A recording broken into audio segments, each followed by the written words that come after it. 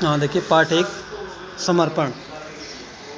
इस कविता के रचयिता यानी कवि का नाम है रामावतार त्यागी।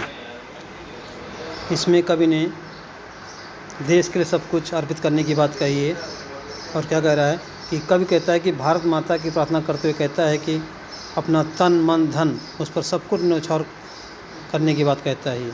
और इसमें उत्साह, उमंग, त्याग और समर्पण की भावना से ओतप्रोत कविता है। इसमें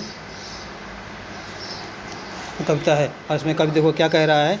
कवि कह रहा है कि मन समर्पित, तन समर्पित, और कवि कह रहा है इस देश के लिए हमारा मन और ये शरीर और ये सारा जीवन समर्पित है, प्रस्तुत है। चाहता हूँ देश की धरती तुझे कुछ हो, और मेरा ये इच्छा है कि भारत देश की धरती मैं इसके अलावा भी तुम्हें कुछ और भी प्रदान करूँ। माँ तुम्हारा ऋण बहुत है मैं किंचन, हे माँ धरती माँ भारत की माँ, हम आपके ऋणी हैं, मैं तो बहुत तुच्छ हूँ, बहुत गरीब हूँ, किंतु फिर भी मैं इतना निवेदन कर रहा हूँ कि जब भी मैं थाल में जाकर भाले को ले आऊँ तो आप दया करके उस भाले को, उस चीज़ को आप सहर्ष स्वीकार कर लेना।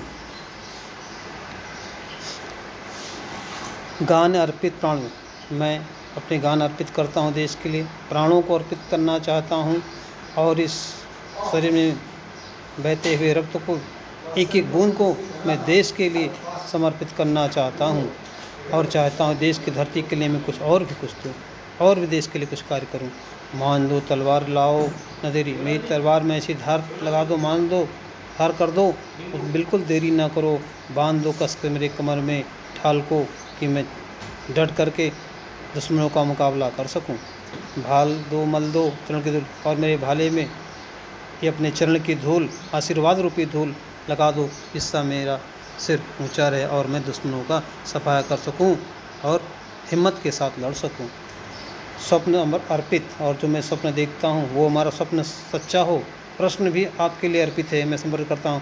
और अपनी उम्र का एक एक कण क्षण सब मैं आपको देना चाहता हूं, और चाहता हूं देश की धरती तुम्हें और भी कुछ दूं, जो हो सके मैं और भी कुछ करूं।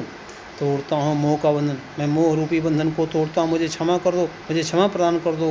मेरे गांव और मेरे द्वार, मेरे घर आंगन को मैं त्याग करके देश की सीमा पर खड़ा हूँ और कर्तव्य पर आगे बढ़ने के लिए मैं लड़ रहा हूँ।